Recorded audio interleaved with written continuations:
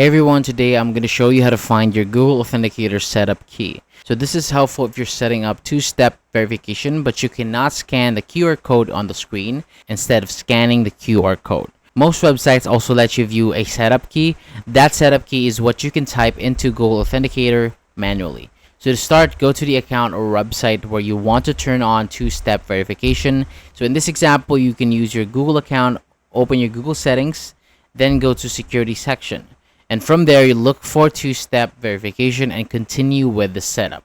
And when you reach the part where it asks you to set up an Authenticator app, you will usually see a QR code on the screen. If you cannot scan the QR code, look for an option that says something like scan it, enter setup key, or manual setup.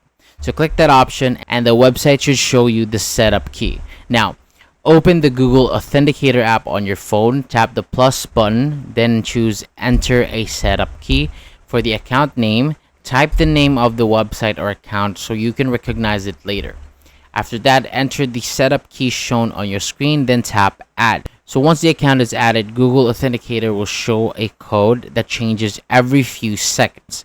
Go back to the website on your computer, click next if needed, and enter the code from the app to finish the setup. And that is it. That is how you can find and use a Google Authenticator setup key when you cannot scan the QR code. Thank you so much for watching. For more videos like this, hit the subscribe button below and I'll see you on the next video.